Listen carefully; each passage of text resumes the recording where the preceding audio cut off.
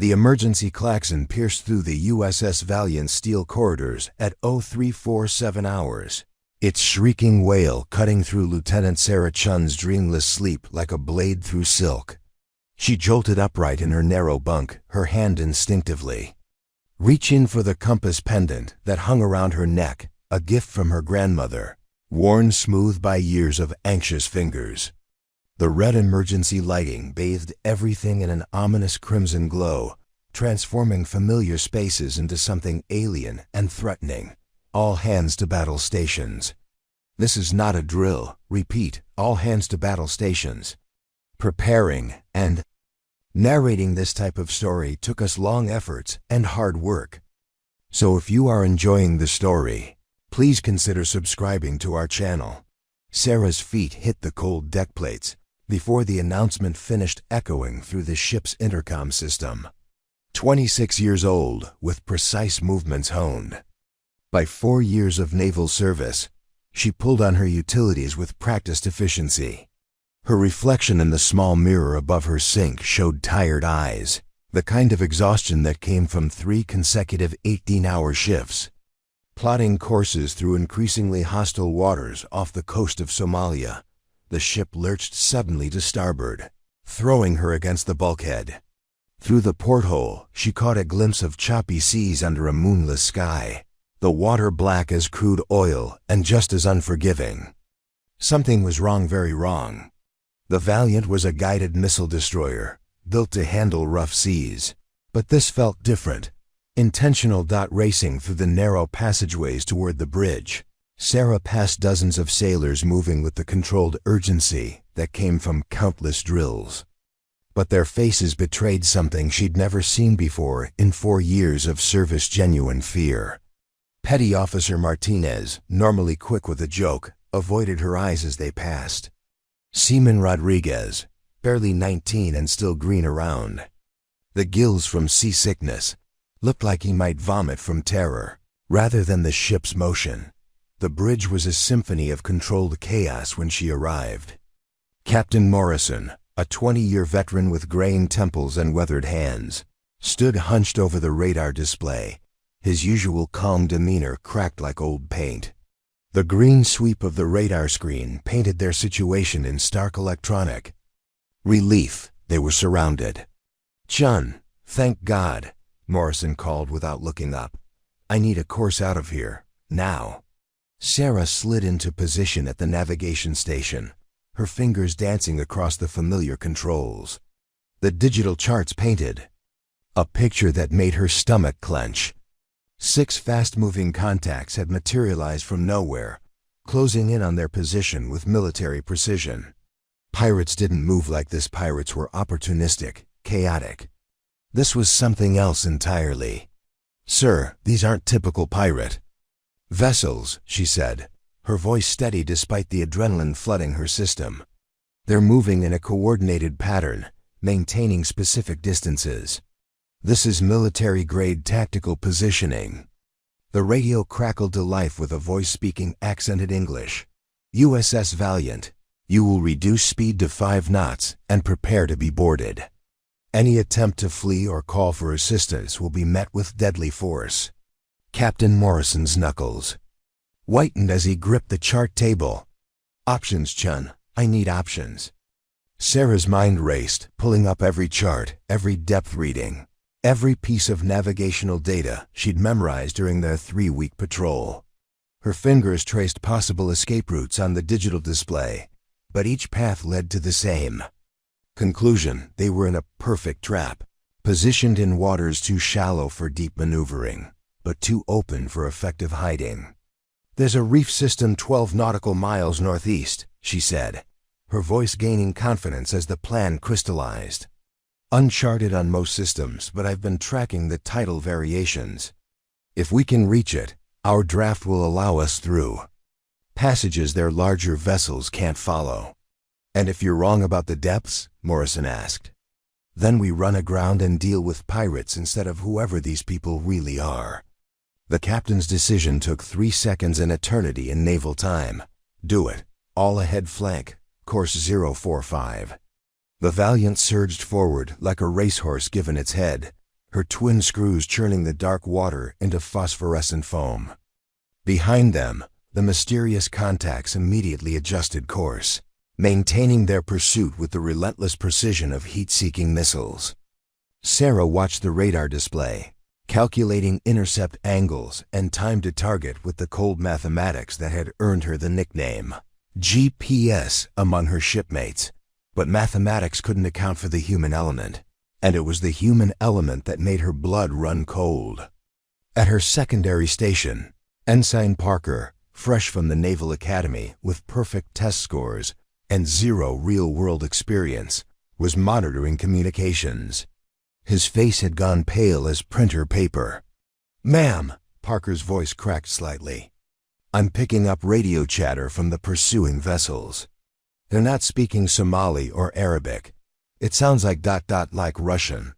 The implications hit Sarah like a physical blow. Russian naval forces operating in Somali waters without authorization meant one of two things. Either they were about to trigger an international incident, or they were already in the middle of one. The Valiant carried classified navigation equipment, encrypted communication systems, and detailed charts of naval operations throughout the Horn of Africa. In the wrong hands, that information could compromise American naval operations across 3 theaters. Time to the reef system? Captain Morrison's question cut through her racing thoughts. 18 minutes at current speed, sir, but ... Sarah hesitated, studying the radar display. "Sir, they're not trying to intercept us. They're hurting us." The realization struck everyone on the bridge simultaneously. The pursuing vessels weren't positioned for maximum overtaking speed. They were positioned to drive the Valiant toward a specific destination. Whatever waited for them at that destination was worse than a running gun battle on the open ocean. "New plan," Sarah said, her voice gaining the authority that came from absolute certainty. "We don't run for the reef. We turn and fight here, in open water, where our advantages count for something." Captain Morrison stared at her for a long moment.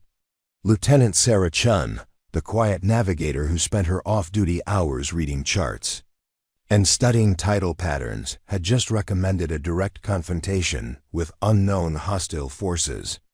It was either the recommendation of someone who'd found a tactical advantage, or the desperate gamble of someone who knew they were already dead.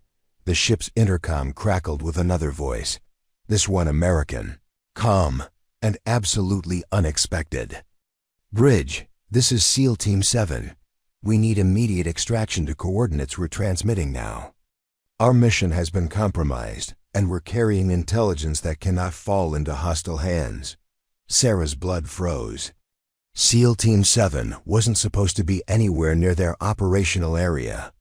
According to her charts, the closest American Special Operations Forces were hundreds of miles away, conducting training exercises with allied forces. But SEALs didn't make radio calls like this unless the situation had moved far beyond routine operations. "Chun," Captain Morrison's voice was tight with controlled tension. "Those coordinates they're transmitting, how far from our current position?" Sarah's fingers flew over the navigation console, cross-referencing the transmitted coordinates with their current position and the locations of the pursuing vessels. The mathematics painted a picture that defied belief. The SEALs were positioned almost exactly between the Valiant and their pursuers, in waters that should have been empty ocean. "Sir, they're 8 nautical miles bearing 270. "But, Captain," her voice trailed off as she realized the full implications. "Those coordinates put them in the exact position where our pursuers came from. Either the SEALs have been there all along, or they just appeared in the middle of a Russian naval operation." The radio crackled again, this time with urgency that couldn't be faked. "Valiant, this is Lieutenant Commander Stone. SEAL Team 7. We have wounded. We have actionable intelligence on an imminent threat to U.S. naval operations. And we have approximately 12 minutes before this area becomes a free-fire zone. We need immediate extraction, and we need your navigator." "Our navigator?" Captain Morrison looked at Sarah with new eyes. Why would they specifically need our navigator? Sarah stared at the radar display, her mind racing through possibilities. SEAL teams carried their own navigation equipment, their own charts, their own GPS systems. There was only one reason they would specifically request a ship's navigator. They needed someone who knew these waters better than their equipment could tell them. Someone who could plot a course through dangers that didn't appear on any chart. Compass pendant around her neck seemed to grow heavier, as if her grandmother's gift was trying to tell her something. Her grandmother, who had navigated fishing boats through these same waters 40 years ago, who had taught her to read the sea by its color and taste the wind for signs of weather. Her grandmother, who had always said that the most important navigation happened when all the instruments failed. "Captain," Sarah said quietly, "I think we're about to find out why my grandmother always told me to trust the old ways more than the new ones." The pursuing vessels were closing fast, the radar painting their approach in stark electronic green. Whatever was happening in the waters off Somalia, it involved American Special Operations Forces, Russian naval units, and intelligence that someone was willing to kill for. And somehow, Lieutenant Sarah Chen, the quiet navigator who just wanted to serve her country and go home safely, had found herself at the center of it all. The klaxon wailed again, and this time, Sarah knew with absolute certainty that nothing would ever be the same. Sarah's hands trembled imperceptibly as she gripped the compass pendant, her knuckles white against the brass surface worn smooth by 3 generations of women who had navigated by stars and instinct long before satellites painted the world in digital precision. The bridge around her hummed with electronic tension radar sweeps, sonar pings, the constant chatter of radio communications, but her mind drifted to memories that seemed impossibly distant from this moment of crisis. Growing up in San Francisco's Sunset District, she had spent every summer aboard her grandmother's fishing boat, a weathered 30-foot vessel named Mei Lin that smelled of salt spray and diesel fuel. Popo, as she called her grandmother, had been one of the few Chinese-American women to earn a commercial fishing license in the 1960s. Breaking barriers with the same quiet determination that Sarah recognized in herself. "The ocean speaks too. Those who listen," Popo would say, her weathered hands steady on the wheel as they navigated the treacherous waters outside the Golden Gate. "Your GPS will fail, your compass will lie, but the water the water always tells the truth." Those summers had shaped everything about who Sarah became. While other kids played video games or watched television, she learned to read wave patterns, to smell storms on the wind, to navigate by the color of the water and the behavior of seabirds. Popo taught her that navigation was more than plotting points on a chart. It was understanding the living, breathing personality of the sea itself. Now, staring at the radar screen showing 6 hostile contacts closing on their position, Sarah felt that old training kick in. The electronic displays told one story, but her instincts, honed by years of reading these particular waters, told another. The pursuing vessels weren't just following them. They were anticipating their moves, predicting their course changes, with an accuracy that suggested intimate knowledge of American naval tactics. "Ma'am, the SEAL team is transmitting extraction coordinates," Ensign Parker reported, his young voice tight with stress. "They're requesting immediate pickup at a position that's, well, it's right in the path of the pursuing vessels." "Captain." Morrison moved to stand beside Sarah's navigation station, his presence both reassuring and weighted with the gravity of command. "Chun, I need your honest assessment. Can we reach those coordinates and extract our people before those Russian ships intercept us?" Sarah studied the tactical display, her mind automatically calculating vectors, speeds, and intercept courses. But beyond the mathematics, she felt something else, a nagging sensation that had saved her life more than once during her childhood summers with Popo. Something about this situation felt wrong, felt staged, felt like a trap within a trap. "Sir, the numbers say we can make it," she replied carefully. "But the numbers don't account for what I'm seeing in the water patterns on thermal imaging. These aren't normal fleet movements. Someone's been tracking us for hours, maybe days, learning our habits and responses."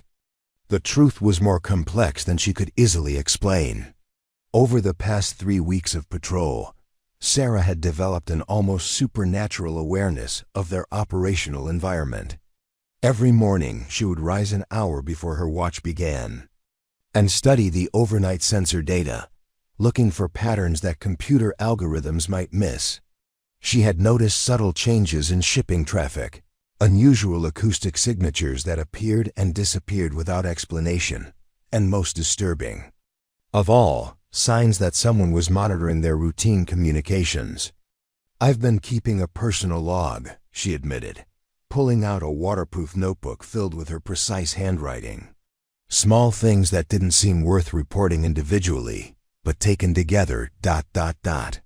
She flipped through pages of observations, sketches and calculations. "Someone's been watching us, learning our patterns. They know exactly how we'll respond to different threats." Captain Morrison examined her notes, his eyebrows rising as he took in the meticulous detail. Sarah had documented everything: the appearance of fishing vessels that maintained perfect distance regardless of the Valiant's course changes, radio chatter that ceased the moment they altered their communication frequencies, even changes in bird flight patterns that suggested unknown vessels just beyond the horizon. "Why didn't you report these observations?" Morrison asked, though his tone held no criticism, only professional curiosity. Sarah felt heat rise in her cheeks. "Because they seemed paranoid, sir. Like the kind of thing a junior officer reports and then gets labeled as someone who jumps at shadows. I thought I was being overcautious." The radio crackled again with the voice of Lieutenant Commander Stone. "Valiant, we're running out of time here. Our intel indicates multiple hostile submarines converging on this position. We need extraction within 10 minutes, or this becomes a very different kind of operation." Submarines. Sarah's blood chilled as she realized the full scope of what they were facing. The surface contacts had been the obvious threat, designed to draw attention while underwater assets maneuvered into position. She pulled up the sonar display, adjusting filters and sensitivity settings with the expertise of someone who had spent countless hours learning to read the ocean's hidden depths. There, faint signatures at the edge of detection range. Not one submarine, but 3, positioned in a perfect triangle around the extraction point. The SEALs weren't requesting rescue. They were requesting that the Valiant sail directly into an underwater ambush. "Captain," Sarah's voice was steady, despite the implications of what she was about to say. "The extraction coordinates are positioned at the center of a submarine triangle. If we attempt pickup at those coordinates, we'll be surrounded by underwater assets with no escape route." The bridge fell silent except for the electronic humming of instruments and the distant sound of the ship cutting through heavy seas. Every officer present understood what Sarah was suggesting. Either the SEAL team had made a critical error in their extraction planning, or they weren't who they claimed to be. But Sarah's instincts told her something different, something more complex and more dangerous. She thought about the radio voice, calm, professional, using correct military terminology and call signs. She thought about the timing of their appearance, perfectly coordinated with the surface pursuit. And she thought about her grandmother's most important lesson. Sometimes the most dangerous lies were built around kernels of truth. "Sir, I think the SEAL team is genuine," she said slowly, working through the implications as she spoke. "But I think they're being used. Someone fed them intelligence designed to bring us to those coordinates. They believe they're conducting a legitimate extraction operation, but they're actually serving as bait." Captain Morrison's expression hardened as he grasped the full scope of the trap. "You're suggesting we have American Special Operations Forces caught in the middle of an operation designed to capture or sink an American destroyer?" "That's exactly what I'm suggesting, sir." Sarah's voice gained confidence as the pieces fell into place. Someone provided the SEALs with intelligence that would bring them to this position at this time, knowing we would respond to their extraction request. The surface pursuit is designed to drive us toward the submarine ambush, and the extraction request is designed to make us believe we're conducting a rescue operation. The implications were staggering. If Sarah's analysis was correct, they were dealing with an intelligence operation of extraordinary complexity, one that required detailed knowledge of American naval operations, SEAL team deployments, and the specific capabilities and response patterns of the USS Valiant. Her personal notebook had become evidence of something far larger than routine patrol observations. Every anomaly she had documented over the past 3 weeks represented a piece of preparation for this moment. The fishing vessels maintaining precise distances had been mapping their search and navigation patterns. The radio chatter had been designed to test their communication security and response times. Even the bird flight patterns had been disrupted by underwater acoustic sensors being positioned and tested. "Ma'am," Ensign Parker's voice broke through her analysis. "I'm detecting multiple new contacts on sonar. Fast-moving, underwater, closing from 3 directions." The trap was closing, but Sarah's mind was already working 3 steps ahead, drawing on every lesson her grandmother had taught her about reading the sea's intentions and every technique she had learned during 4 years of naval service. The enemy had anticipated every standard naval response to this situation, but they had made one critical error. They had assumed she would navigate like every other naval officer, relying on instruments and predetermined procedures. They couldn't have anticipated someone who navigated with instincts honed by decades of family tradition, someone who read the water itself rather than just the electronic representations of it.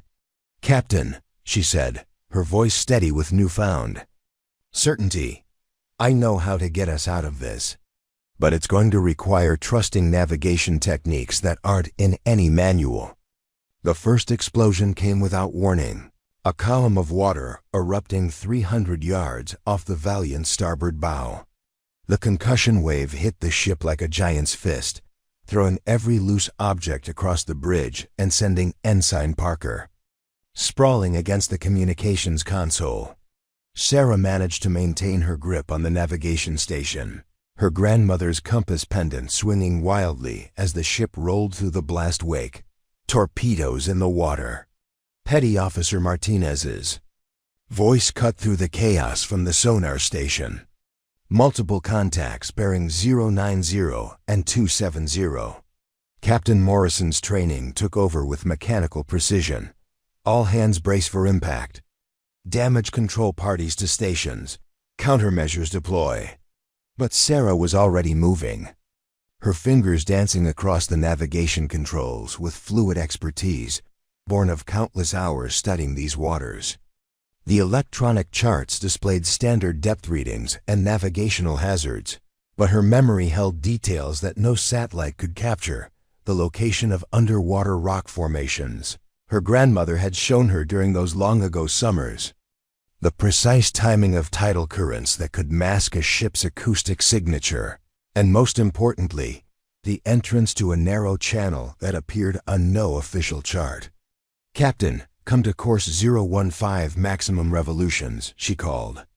Out, her voice cutting through the bridge chatter with absolute authority. "There's a passage through the reef complex that will put us in shallow water too confined for submarine operations." "That's not on any chart, Chun.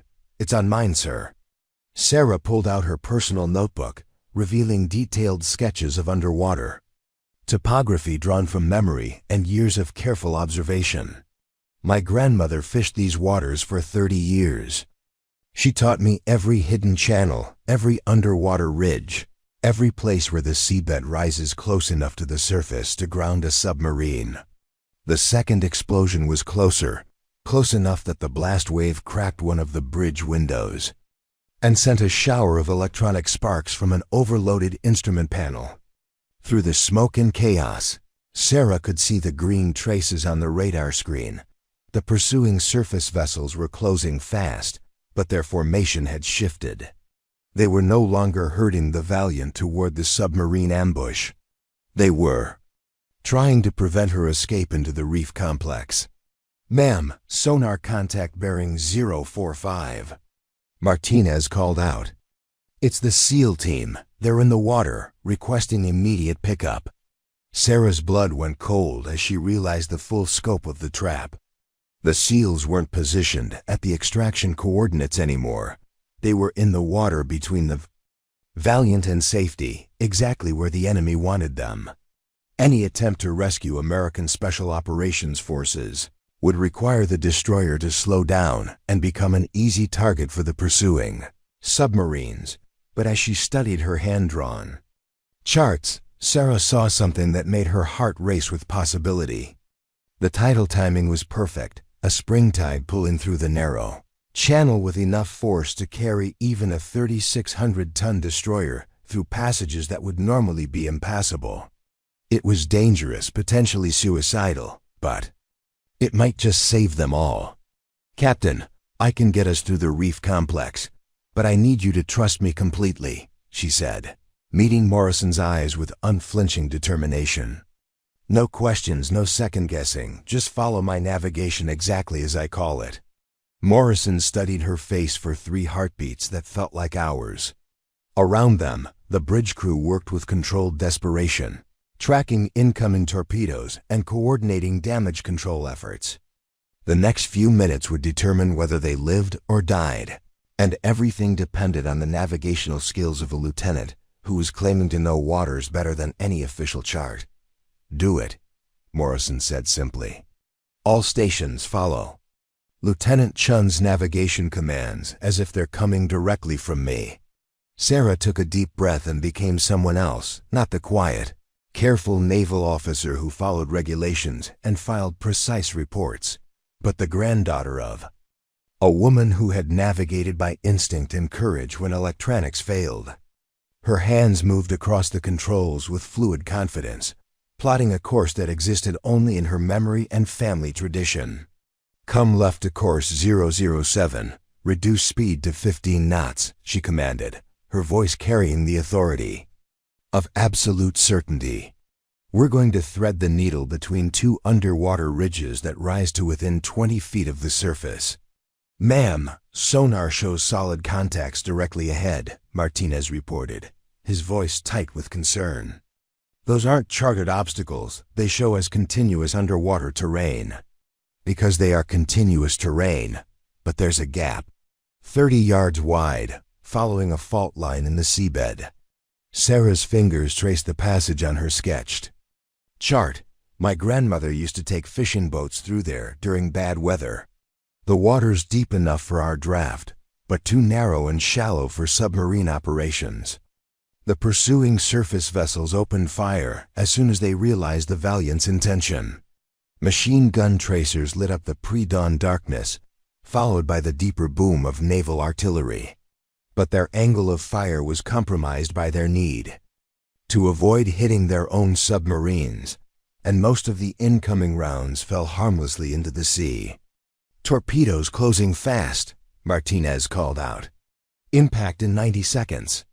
Sarah felt the weight of every life aboard the ship pressing down on her shoulders. 437 sailors depended on her ability to navigate through waters that existed more in memory than reality. But as the ship approached the reef complex, she began to see the signs her grandmother had taught her to recognize, the subtle change in watercolor that indicated shallow areas, the pattern of wave action that revealed underwater obstacles, and most importantly, the narrow line of deeper blue that marked the hidden channel. "All stop engines," she commanded, her voice steady despite the approaching torpedoes. "Let the tide carry us through." "All stop?" Captain Morrison's question carried the weight of command responsibility. Stopping engines in the face of incoming torpedoes violated every tactical doctrine in the naval manual. The channel requires precise positioning, and engine wash will disrupt the tidal flow patterns. We need to drift through the entrance under tidal power alone. It was the longest 60 seconds of Sarah's life. The ship lost forward momentum and began moving with the natural flow of the tide, carried toward the reef complex by currents that had carved the hidden channel over thousands of years. Around them, the water changed from deep ocean blue to the lighter colors that indicated shallow depths and underwater obstacles. The first torpedo passed 20 yards to starboard, its wake visible in the early morning light. The second torpedo struck the reef with a massive underwater explosion that sent geysers of water and coral debris high into the air. But the Valiant continued its tidal drift toward safety, following a path that existed in no computer database, but lived in the memory of generations of fishermen who had learned to read the sea itself. Jesus Christ, Captain Morrison breathed as they cleared the reef entrance. How did you know that channel was there? Sarah was about to answer when her blood froze. Through the chaos of combat and navigation, she had forgotten about the seals, still in the water. But now, as she looked back through the bridge windows, she could see them 6 figures in the water, swimming with desperate precision toward the narrowing gap between the Valiant and the reef walls. Lieutenant Commander Stone's voice crackled through the radio. Valiant, we're in the water off your port quarter. We have wounded, and we're carrying intelligence that confirms your navigator's assessment. This entire operation was designed to compromise American naval capabilities in the region. The implications hit Sarah like cold water. If the SEALs had intelligence confirming her analysis, then everything she had suspected was true. They were dealing with an operation that required months of preparation, detailed knowledge of American naval procedures, and coordination between multiple enemy assets. But they had also made a critical error. They had underestimated the value of traditional navigation skills and the importance of local knowledge passed down through generations. Sarah's grandmother had given her tools that no electronic warfare system could predict or counter, and those tools had saved not just the Valiant, but potentially dozens of other American naval operations that would have been compromised if the enemy had succeeded. Prepare to recover swimmers, Captain Morrison ordered. And Chun. Remind me to recommend you for the Navy Cross. As the SEAL team climbed aboard the destroyer through the narrow channel that protected them from further attack, Sarah realized that her quiet career as a naval navigator had just become something far more significant. She was no longer just Lieutenant Sarah Chen, the officer who plotted courses and filed navigation reports. She had become someone who understood that the most advanced technology in the world was worthless without the wisdom of those who had learned to read the sea with their own eyes and trust their own instincts. The compass pendant around her neck felt warm against her skin, as if her grandmother's spirit was reminding her that some kinds of knowledge could never be downloaded, digitized, or stolen. They had to be earned through experience, passed down through love, and trusted completely when everything else failed. Lieutenant Commander Stone emerged from the water like something out of a maritime legend. 6 feet of hardened muscle and determination wrapped in a wetsuit that had seen better days. His face bore the kind of weathered calm that came from surviving situations where most people would have panicked and died. But his eyes held something Sarah had never seen in a SEAL before: genuine surprise tinged with professional respect. "Ma'am," he said, addressing Sarah directly while water still dripped from his equipment harness. "That was some of the finest ship handling I've witnessed in 15 years of special operations. But more than that, you saved this mission and probably prevented a significant intelligence compromise." Captain Morrison stepped forward, his command presence filling the narrow confines of the bridge. "Commander Stone, I need a full briefing on what we're dealing with here. My navigator has been tracking anomalies for weeks, and your intelligence apparently confirms her suspicions." Stone unzipped a waterproof pouch and extracted several items that made Sarah's blood run cold. Maps marked with Cyrillic annotations showing detailed layouts of American naval installations throughout the Horn of Africa. Photographs of the USS Valiant, taken from angles that could only have been captured by submarines or underwater drones. And most disturbing of all, copies of classified navigation charts that should have been impossible for foreign intelligence services to obtain. We were inserted 72 hours ago to investigate reports of unusual electronic surveillance in this region, Stone explained, his voice carrying the clipped precision of someone accustomed to delivering critical intelligence under pressure. What we discovered was a comprehensive intelligence gathering operation, designed to map American naval capabilities and response patterns. Sarah studied the photographs of her own ship, recognizing details that could only have been captured during their routine patrol operations. Someone had been watching them with systematic thoroughness, documenting their equipment capabilities, crew procedures, and most significantly, their navigation patterns and response protocols. "Sir," she interrupted, her voice steady despite the implications of what she was seeing. "These photographs show intimate knowledge of our operations going back at least 6 months. This wasn't a recent intelligence gathering effort. This was preparation for something much larger." Stone nodded grimly. "Lieutenant Chen is correct. The intelligence we recovered indicates this operation was designed to accomplish several objectives. Simultaneously, compromise American naval navigation capabilities, capture or destroy a frontline destroyer, and most importantly, test American response times and coordination in contested waters." The full scope of what they had faced began to crystallize in Sarah's mind. The pursuing submarines hadn't been trying simply to sink the Valiant. They had been conducting a live-fire intelligence gathering operation, using American lives as test subjects to evaluate the effectiveness of their surveillance and prediction capabilities. "The extraction request was real," Stone continued, "but the coordinates we were given were deliberately compromised. Someone wanted us to request pickup at a location that would force an American destroyer into a predetermined kill zone. We only realized the deception when our communications specialist detected multiple submarine contacts converging on the extraction point." Ensign Parker looked up from the communications console, his young face pale with the implications of what he was hearing. "Ma'am, if they could predict our response pattern so accurately, what else do they know about American naval operations?" It was the question that had been haunting Sarah since she first noticed the anomalies in shipping traffic and communication patterns. But now, studying the enemy intelligence materials spread across the chart table, she began to see something that made her pulse quicken with a different kind of fear. "They know everything," she said quietly, her finger tracing patterns in the Cyrillic annotations.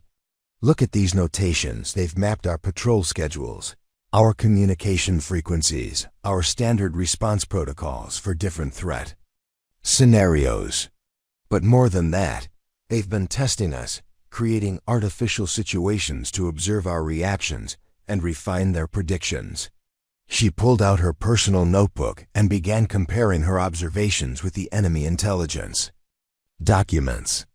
The correlation was undeniable. Every anomaly she had documented over the past 3 weeks represented a test of their capabilities and responses. The fishing vessels maintaining precise distances had been measuring their radar and sonar detection ranges.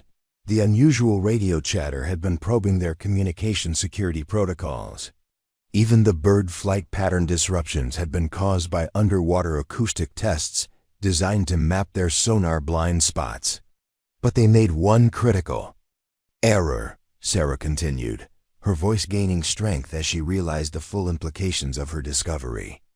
"They assumed all American naval officers navigate the same way, by instruments, by doctrine, by predetermined procedures. They couldn't have anticipated traditional navigation skills based on local knowledge and intuitive sea reading."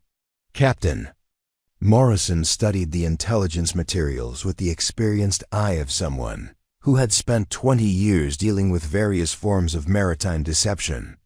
"Chun, you're suggesting that your family's fishing knowledge represented a capability gap in their intelligence assessment." "Exactly, sir. They mapped our electronic capabilities perfectly, but they couldn't account for navigation techniques that don't rely on instruments or follow standard procedures. When I deviated from predictable response patterns and used traditional methods to navigate through unmapped channels, I broke their ability to anticipate and counter our movements. Lieutenant Commander Stone smiled, the first genuine smile Sarah had seen from him since he climbed aboard. "Ma'am, you did more than break their predictions. You've given us a tactical advantage that could be applied across multiple theaters of operations." The implications were staggering.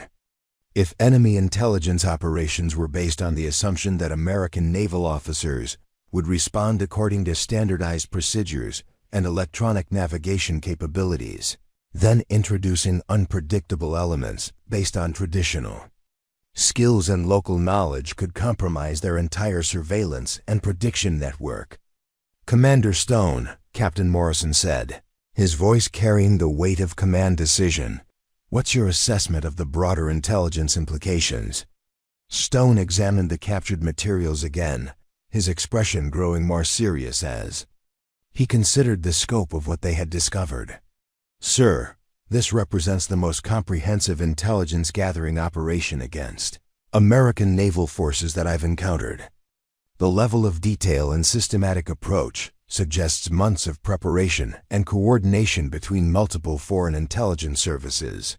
Sarah felt a chill of recognition as she realized that her quiet observations and intuitive concerns had uncovered something far larger than routine patrol anomalies. Her grandmother's navigation techniques hadn't just saved one ship. They had potentially exposed an intelligence operation that could have compromised American naval capabilities across multiple regions. "There's something else," she said, pulling out her notebook and turning to a series of sketches she had made during off-duty hours. "These are acoustic signatures I've been tracking unusual sonar contacts that appeared and disappeared without explanation. I thought they were equipment malfunctions, but looking at these intelligence documents," she spread her sketches across the chart table, revealing detailed observations of underwater activity that painted a picture of systematic surveillance. For 3 weeks she had been documenting the electronic fingerprints of an intelligence operation without realizing what she was seeing. "Ma'am," Stone said, studying her sketches with professional admiration, "these observations represent the kind of detailed intelligence that usually requires specialized surveillance equipment and months of analysis. You compiled this using standard ship's instruments and personal observation, and instincts learned from my grandmother, who taught me to read the water itself rather than just the electronic representations of it."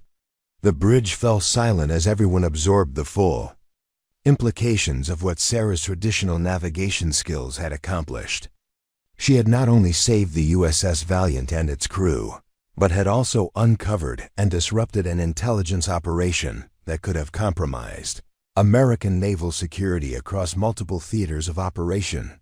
Captain Morrison looked at his young navigator with new eyes, seeing not just the quiet officer who filed precise reports and followed regulations, but someone who carried knowledge and skills that no electronic warfare system could predict or counter. "Lieutenant Chen," he said formally, "I'm recommending you for immediate recognition and requesting that your navigation techniques be evaluated for implementation across the fleet. What you've accomplished here today represents a significant tactical advantage that could save American lives and protect national security interests."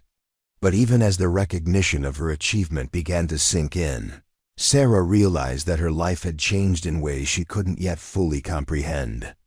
She was no longer just a naval navigator. She had become someone whose unique skills and traditional knowledge represented a critical capability in modern naval warfare. That the compass pendant around her neck seemed to pulse with warmth, reminding her that some kinds of wisdom were earned through generations of experience and could never be replaced by technology, no matter how advanced. 3 months after the incident in Somali waters, Sarah stood before a gathering of naval officers at the U.S. Naval War College in Newport, Rhode Island.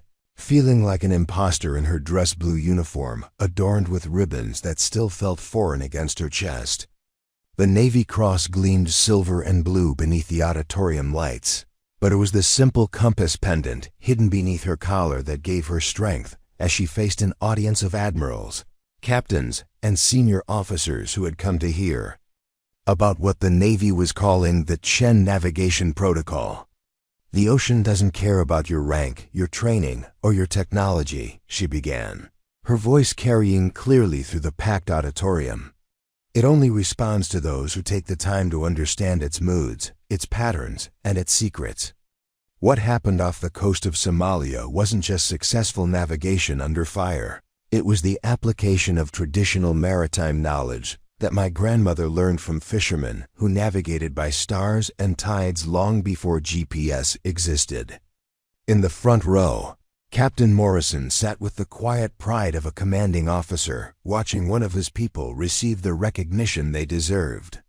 Beside him, Lieutenant Commander Stone nodded encouragingly, having become an unlikely advocate for integrating traditional navigation skills into special operations training.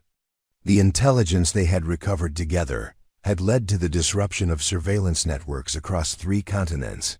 But Sarah knew that the real victory had been much simpler, proving that human intuition and generational knowledge could still outmaneuver the most sophisticated electronic warfare systems.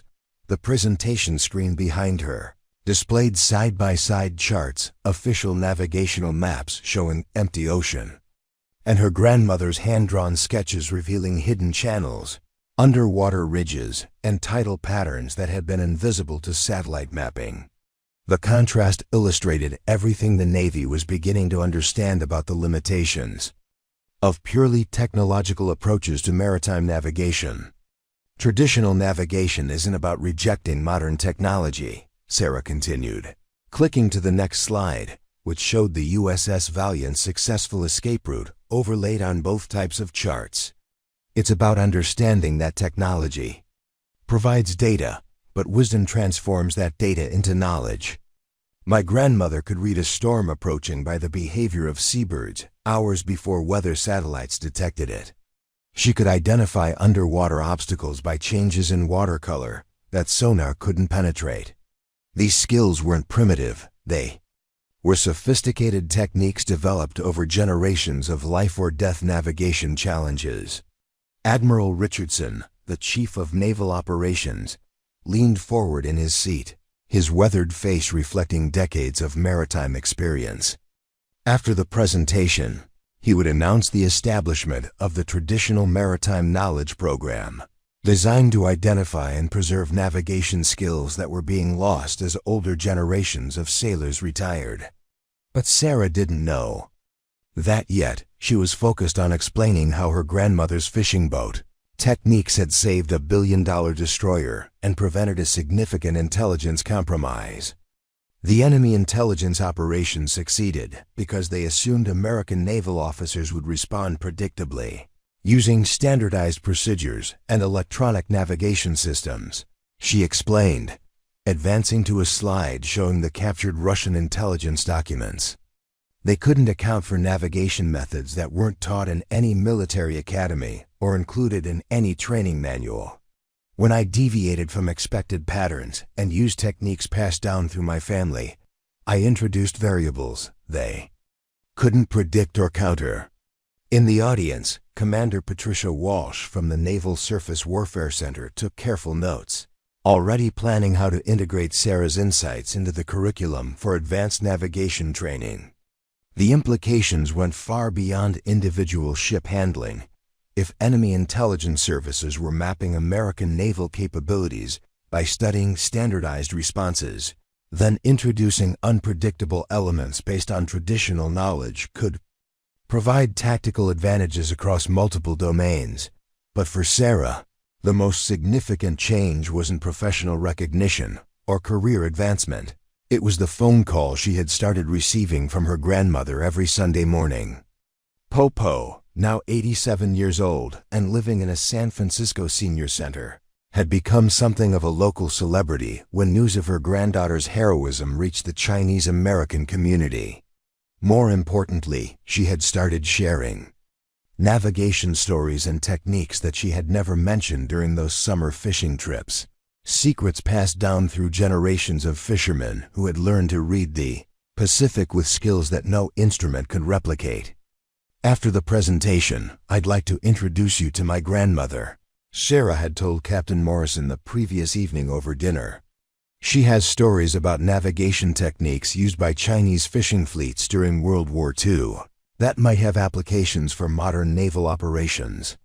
Things like using whale migration patterns to identify underwater terrain features, or reading ocean phosphorescence to detect submarine signatures. Morrison had smiled, recognizing the quiet determination in Sarah's voice, the same quality that had enabled her to navigate through enemy-controlled waters, using techniques that existed nowhere in official naval doctrine. "Chun, I think your grandmother is going to find herself busier than she's been in years." The presentation concluded with a video message that Po had recorded specifically for the Naval War College audience. Her image filled the screen. A small, elderly woman with bright eyes and hands that still bore the calluses of decades spent handling fishing nets and boat rigging. "My granddaughter learned to navigate the way her great-grandmother taught me," Po said in accented but clear English, her voice carrying the authority of someone who had survived typhoons and navigated treacherous waters long before satellite navigation existed. Not just with instruments, but with understanding. The sea has memory, and it remembers those who take time to listen to its stories. Sarah listened, and the sea protected her when her electronic eyes could not see clearly. The auditorium was completely silent as Po's message continued. "In China we have saying, when the wind changes, some people build walls, others build windmills. Sarah did not build wall against new technology, she built windmill that uses both old wisdom and new tools to generate power for protection. This is why she succeeded when others might have failed." As the video ended, Sarah felt the weight of responsibility settling on her shoulders in a way that was both daunting and energizing. She was no longer just a naval officer who had successfully navigated through a crisis. She had become a bridge between generations of maritime knowledge, someone who could translate traditional techniques into modern applications while preserving the wisdom that had guided sailors for centuries. The questions from the audience revealed the scope of interest in what she had accomplished. Officers wanted to know how to identify and develop similar skills in their own crews. Intelligence specialists were curious about the predictive limitations of enemy surveillance when faced with non-standardized responses. Training commanders asked about incorporating traditional navigation exercises into existing curricula. But the question that stayed with her came from a young ensign in the back row. "Ma'am, how do we maintain these traditional skills in an age where everything is becoming digital and automated?" Sarah looked out at the assembled officers, seeing in their faces the same mixture of technological confidence and underlying uncertainty that she had felt before learning to trust her grandmother's teachings. "We maintain them the same way they've always been maintained," she answered. "Through stories, through practice, through taking the time to observe and understand rather than just operate and execute. And most importantly, through remembering that the most sophisticated navigation system ever developed is still the human mind trained to read the sea itself." After the presentation, as Sarah stood receiving congratulations and discussing implementation strategies with senior officers, she realized that her career had taken a direction she never could have anticipated. Tomorrow she would begin working with a team of oceanographers, historians, and training specialists to develop a comprehensive program for identifying and preserving traditional maritime knowledge before it disappeared with the retirement of older generations of sailors. But tonight, she would call her grandmother and tell her that the U.S. Navy wanted to learn the secrets of reading the water that Po had learned from fishermen who navigated by stars and trusted their instincts more than their instruments. It was a conversation that would have seemed impossible 3 months ago. but now felt like the natural continuation of a story that began with a young girl learning to navigate fishing boats in San Francisco Bay and had evolved into a new chapter in American naval capabilities. The compass pendant around her neck caught the light as she left the auditorium, carrying with it the weight of tradition and the promise of innovation that would guide the Navy into waters where the most advanced technology would be enhanced by the oldest maritime wisdom. 5 years later, Admiral Sarah Chen, the promotion, still felt surreal every time she saw her name on official correspondence, stood on the bridge of the USS Heritage, the Navy's first vessel specifically designed to integrate traditional navigation capabilities with cutting-edge electronic systems. Through the bridge windows, she could see the calm waters of Pearl Harbor reflecting the early morning Hawaiian sun, but her mind was focused on the young officers gathered around the navigation station, eager to learn techniques that had once seemed destined for obsolescence. "The principal hasn't changed in 5 years," she said to Lieutenant Rodriguez, a promising young officer whose grandmother had been a commercial fisherman in the Gulf of Mexico. "Technology gives you data, but understanding transforms that data into wisdom. Your abuela knew things about reading the Gulf waters that no satellite can teach you. Use that knowledge." The Traditional Maritime Knowledge Program had grown beyond anyone's initial expectations. What began as Sarah's presentation at the Naval War College had evolved into a comprehensive initiative, involving partnerships with maritime communities around the world. Elderly fishermen from Maine to the Marshall Islands now served as consultants to the U.S. Navy, sharing navigation techniques that had been refined over generations of life or death decision-making. The program's success could be measured in concrete results. Over the past 3 years, naval vessels equipped with officers trained in traditional navigation methods had successfully completed 17 missions that would have been compromised if they had relied solely on electronic systems. More importantly, enemy intelligence services had been forced to completely revise their prediction models for American naval operations, significantly reducing their ability to anticipate and counter U.S. maritime activities. But for Sarah, the most meaningful measure of success wasn't statistical, it was personal. Every month, she received letters from young naval officers describing how traditional skills had enhanced their effectiveness, from reading weather patterns that helped them avoid storms to identifying underwater obstacles that sonar couldn't detect. They were becoming better navigators not despite their training in traditional techniques, but because of it. Her phone buzzed with a text message from her grandmother, watching news about Heritage commissioning ceremony. "Very proud. Remember what I taught you about listening to water, it still applies even on big Navy ship." Popo, now 92, had become something of a maritime celebrity. The Chinese-American Cultural Center in San Francisco had created a permanent exhibit about traditional navigation techniques, featuring her fishing boat Mei Lin and the hand-drawn charts that had inspired Sarah's heroic navigation 5 years earlier. More practically, Popo spent her afternoons working with naval historians and ethnographies to document navigation techniques that might otherwise be lost when older generations of fishermen passed away. Admiral Commander Thompson, the Heritage's executive officer, approached with a tablet displaying the morning's intelligence briefing. "We have confirmation that the Traditional Maritime Knowledge Program has been adopted by allied navies in 12 countries. The Australians are particularly interested in incorporating Aboriginal coastal navigation techniques into their patrol boat operations." Sarah smiled, remembering her initial fears about being labeled paranoid for tracking anomalies that didn't appear in official reports.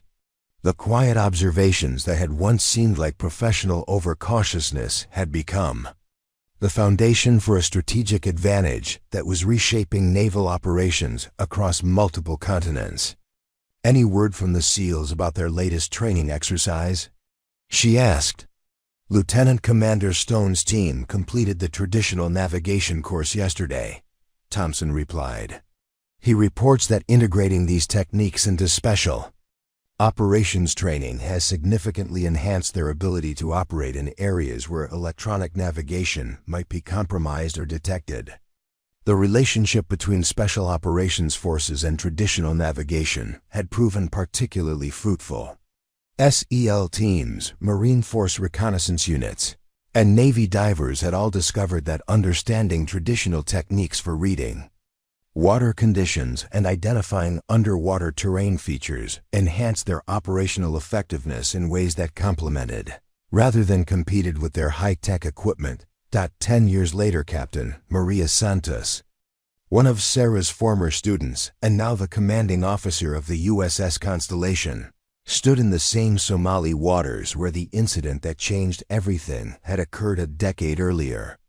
But this time, instead of facing enemy submarines and intelligence operations, she was participating in a joint humanitarian mission with former adversaries who had been impressed enough by American traditional navigation capabilities to request cooperation rather than confrontation. Admiral Chen's techniques worked perfectly, Santos reported via encrypted communication to Naval Operations Center. We successfully navigated through the reef complex using traditional methods to deliver medical supplies to coastal villages that are inaccessible to larger vessels. The local fishermen who guided us said they've never seen military officers navigate like their own grandfathers. The irony wasn't lost on anyone involved in the mission. Waters that had once been the site of electronic warfare and intelligence operations had become a training ground for cooperative navigation techniques that brought together maritime traditions from multiple cultures and nations. Sarah, now serving as Director of Maritime Innovation at the Pentagon, read the mission report with satisfaction. The Traditional Maritime Knowledge Program had evolved far beyond its original scope, becoming a model for how military organizations could preserve and integrate traditional skills with modern capabilities. Universities around the world now offered courses in ethnographic navigation techniques, and the program had spawned similar initiatives in aviation, land navigation, and even space operations. But the most significant development had been cultural rather than technical. Young naval officers no longer saw traditional skills as primitive alternatives to modern technology. They understood them as sophisticated techniques that enhanced technological capabilities and provided backup options when electronic systems failed or became compromised. 15 years later, the memorial service for Popo was held on a clear San Francisco morning, with representatives from the U.S. Navy, Chinese American community leaders, and 3 generations of fishermen whose families had learned navigation techniques from the woman who had taught her granddaughter to read the sea. Sarah, now wearing the 4 stars of a full admiral, stood at the podium overlooking the harbor where she had first learned to navigate as a child. My grandmother used to say that the ocean has memory, and it remembers those who take time to listen to its stories, she began, her voice carrying clearly across the gathering. What she taught me about navigation saved my life and the lives of my shipmates. But more importantly, she taught me that wisdom isn't something you can download or digitize. It's something you earn through experience, preserve through tradition, and pass down through love. In the audience, dozens of naval officers listened with the kind of attention reserved for lessons that could save lives. Many of them had never met Popo personally, but they all understood that their careers had been shaped by navigation techniques that had been passed down through her family and integrated into modern naval operations. The traditional fishing boat, Mei Lin, now permanently moored as part of the Chinese American Cultural Center's Maritime Heritage exhibit, rocked gently in the harbor waters, its weathered hull bearing the scars of decades spent navigating by instinct and experience rather than electronic guidance.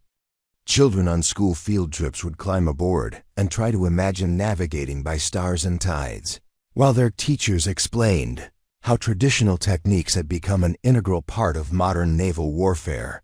20 years later, Admiral Sarah Chen, nearing retirement after a career that had redefined the relationship between tradition and innovation in naval operations, stood on the deck of her childhood home in the Sunset District, watching the fog roll in from the Pacific. The house had been converted into a research center for the Traditional Maritime Knowledge Program, its walls lined with charts, artifacts, and photographs documenting navigation techniques from maritime cultures around the world. In the basement, her grandmother's original charts were preserved in climate-controlled cases, their hand-drawn lines and annotations having inspired a revolution in how naval officers understood the relationship between human intuition and technological capability. Graduate students from the Naval War College regularly visited to study the documents that had saved the USS Valiant and exposed an international intelligence operation 20 years earlier. But the most satisfying part of the legacy wasn't professional, it was personal. Every summer, Sarah hosted young naval officers for intensive courses in traditional navigation, teaching them to read water conditions the way her grandmother had taught her to recognize the sea's moods and intentions. They learned to identify underwater obstacles by changes in wave patterns, to predict weather by the behavior of marine life, and to navigate by using all their senses rather than just their instruments. The principle remains the same, she told. Her latest group of students, echoing the words she had spoken hundreds of times over 2 decades of teaching. The ocean doesn't care about your technology, it only responds to those who take the time to understand its personality. Your instruments can tell you where you are, but only experience can tell you where you should go. As the fog thickened and obscured the Golden Gate Bridge, Sarah felt the familiar comfort of weather patterns that her grandmother had taught her to read decades earlier. Tomorrow, she would announce her retirement and the establishment of the Chun Institute for Maritime Traditional Knowledge, ensuring that the techniques that had saved American naval operations would continue to be preserved and refined for future generations. But tonight, she would simply stand on the deck of her childhood home and listen to the ocean stories, the way Popo had taught her to do when she was young enough to believe that the sea could speak to those who took the time to listen. 20 years of professional success had proven that belief wasn't just childhood imagination, it was sophisticated navigation wisdom that had been refined over centuries of practical application. The compass pendant, now worn smooth by 40 years of handling, rested in a place of honor on her desk, not as a decoration, but as a working instrument that she still consulted when electronic systems provided conflicting information. It had become a symbol of the integration between tradition and innovation that defined modern naval navigation, a reminder that the most sophisticated technology was only as effective as the wisdom of those who operated it. As foghorns echoed across San Francisco Bay, Admiral Sarah Chen smiled and began planning her final lesson for the officers who would carry traditional maritime knowledge into the Navy's future. The sea was still speaking to those who took time to listen, and there were always new stories to learn from its endless conversations with wind and tide. Lieutenant Commander David Park stood on the bridge of the USS Constellation, watching his navigation team plot a course through the South China Sea, using a combination of satellite data and techniques that his instructor, Admiral Chen, had learned from her fisherman grandmother 5 decades earlier. The irony wasn't lost on him. He was Korean American, navigating waters his own ancestors had fished for generations, using skills that had been preserved and refined through a program that began with a Chinese American woman's family traditions.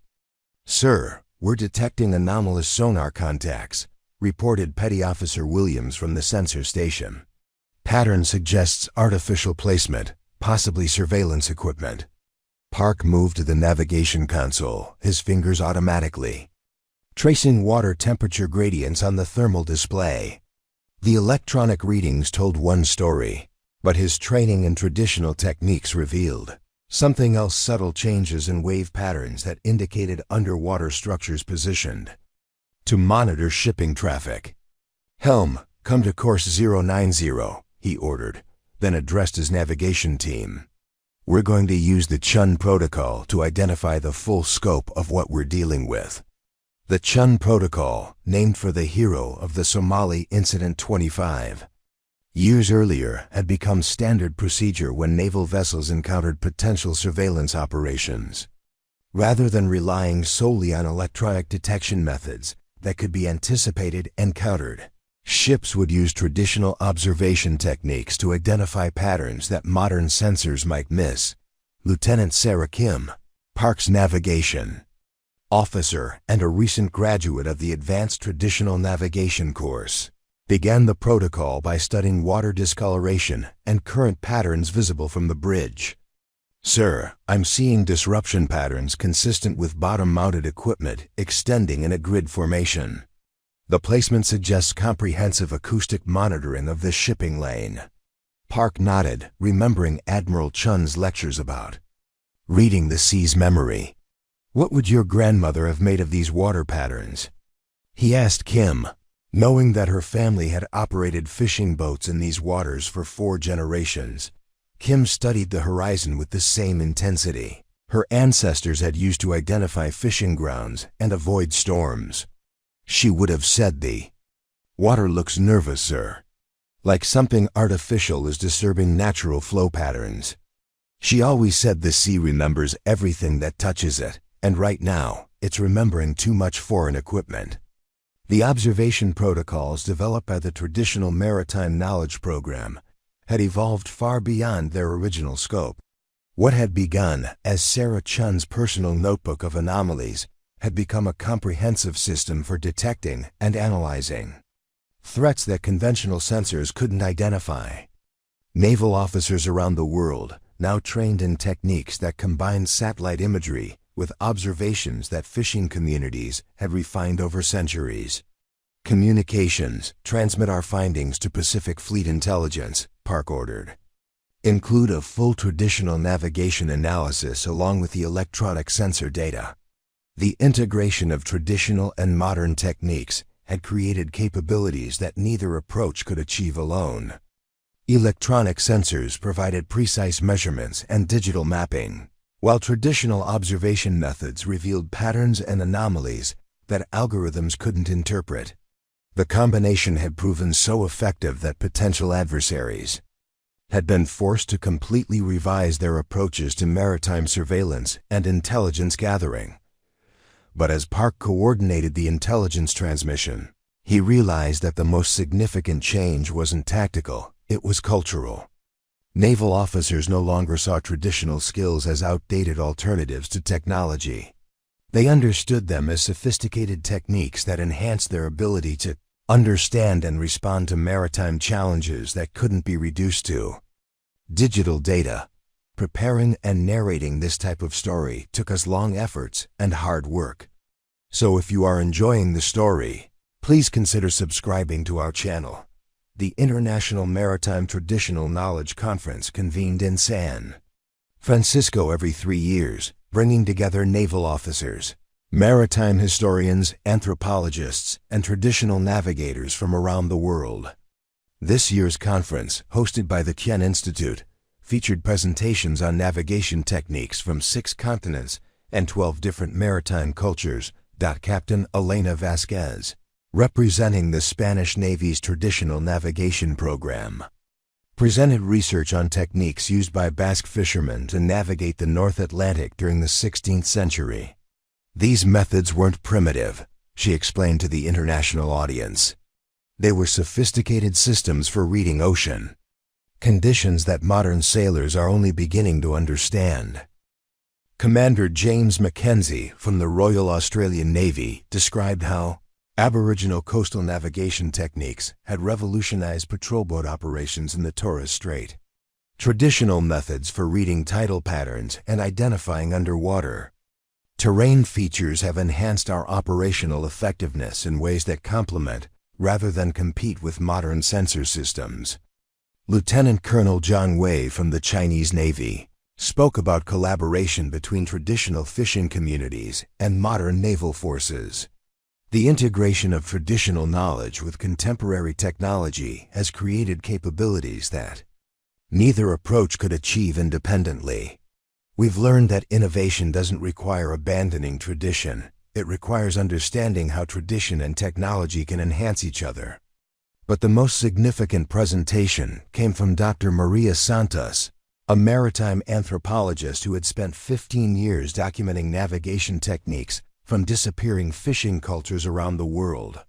The Traditional Maritime Knowledge Program began as a response to a specific tactical challenge, she explained.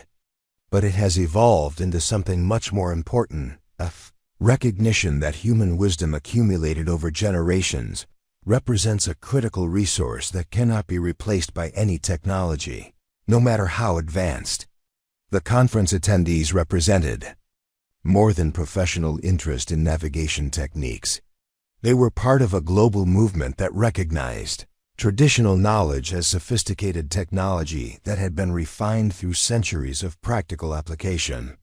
The program that began with Sarah Chen's grandmother's fishing boat had become a model for preserving and integrating traditional skills across multiple domains, from agriculture to medicine to environment.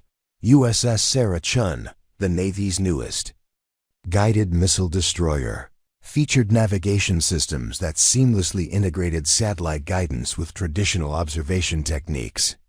The ship's bridge included both advanced electronic displays and viewing stations, designed for traditional water reading methods, acknowledging that the most effective navigation combined multiple approaches to understanding maritime conditions. Admiral Maria Rodriguez, the ship's commanding officer and a former student of Admiral Chen's traditional navigation program, stood at one of those viewing stations, watching her navigation team practice techniques that had been passed down through generations of maritime communities. The exercise was routine, identifying underwater obstacles and current patterns using only visual observation. But the skills being developed could save lives when electronic systems failed or were compromised. The principle hasn't changed in 4 decades, she told her young officers, echoing words that Admiral Chen had spoken to countless students over her career. Technology gives you data, but understanding transforms that data into wisdom. The sea doesn't care about your rank or your equipment. It only responds to those who take the time to understand its personality. Ensign Patricia Kim, great-niece of the Sarah Kim who had served under Commander Park 30 years earlier, raised her hand. Admiral, why do we still practice these techniques when our electronic systems are so much more advanced than they were 40 years ago? Rodriguez smiled, recognizing the question that every new generation of naval officers asked. Because sophisticated technology is only as effective as the wisdom of those who operate it. Your grandmother's fishing knowledge saved a destroyer and exposed an international intelligence operation, not despite modern technology, but because traditional skills provided capabilities that electronic systems couldn't replicate. The question reflected a deeper truth about the evolution of naval capabilities. Each generation of officers learned traditional techniques not as backup systems for when technology failed, but as primary skills that enhanced their ability to understand and respond to maritime challenges. The integration of traditional and modern methods had become so seamless that young officers couldn't imagine navigating any other way. But the most important lesson wasn't tactical, it was philosophical. The Traditional Maritime Knowledge Program had demonstrated that innovation didn't require abandoning the past. It required understanding how traditional wisdom could enhance modern capabilities in ways that neither approach could achieve alone. Vice Admiral Jennifer Chen Williams, Sarah Chen's daughter, and the latest in a long line of naval officers who carried traditional navigation skills into the digital age, stood in the same waters off Somalia where her mother had changed naval history half a century earlier. But this time, instead of facing enemy forces, she was participating in an international maritime safety exercise that brought together navies from around the world to practice traditional navigation techniques in challenging conditions. Navigation station, report current conditions using traditional observation methods, she ordered, watching her young officers practice skills that had been refined over centuries of practical application. Lieutenant Commander Hassan Ali, whose grandfather had been a traditional navigator in the Arabian Sea, studied the water through binoculars before responding. Admiral, watercolor indicates depth changes consistent with underwater ridge systems. Wave patterns suggest current variations that could indicate hidden channels. Weather signs indicate possible storm development within 6 hours. The exercise demonstrated how traditional navigation techniques had evolved from emergency backup skills to primary capabilities that enhanced modern naval operations. Officers around the world now trained in methods that combine satellite imagery with observations that maritime communities had refined through generations of life-or-death decision-making. But as Admiral Chen Williams coordinated the international exercise, she realized that the most significant impact of her mother's legacy wasn't technological, it was cultural.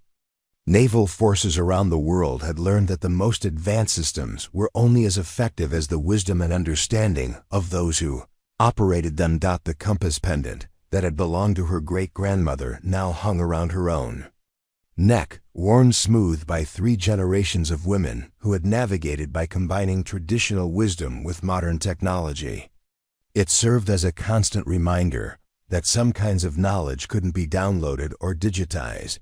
They had to be earned through experience, preserved through tradition, and passed down through love.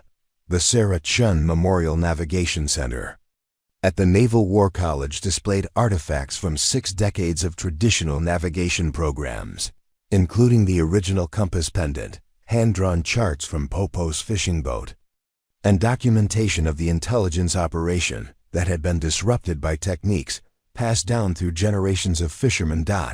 But the most significant display, the historical, was contemporary. Video screens throughout the center showed current naval operations around the world, with officers using traditional navigation techniques that had been refined and adapted for modern challenges. The skills that had once seemed destined for obsolescence had become integral to advanced naval capabilities. Captain Lisa Park, great-granddaughter of the Commander Park, who had served 30 years earlier, led groups of international officers through the Memorial Center as part of their advanced navigation training. The principle established by Admiral Chen remains unchanged, she explained to her current group of students. The most sophisticated navigation system ever developed is still the human mind trained to read the sea itself. The students, representing navies from 30 different countries, nodded with understanding that came from months of training in techniques that combined traditional observation methods with advanced electronic systems. They had learned that innovation didn't require choosing between tradition and technology. It required understanding how both approaches could enhance each other in ways that neither could achieve alone.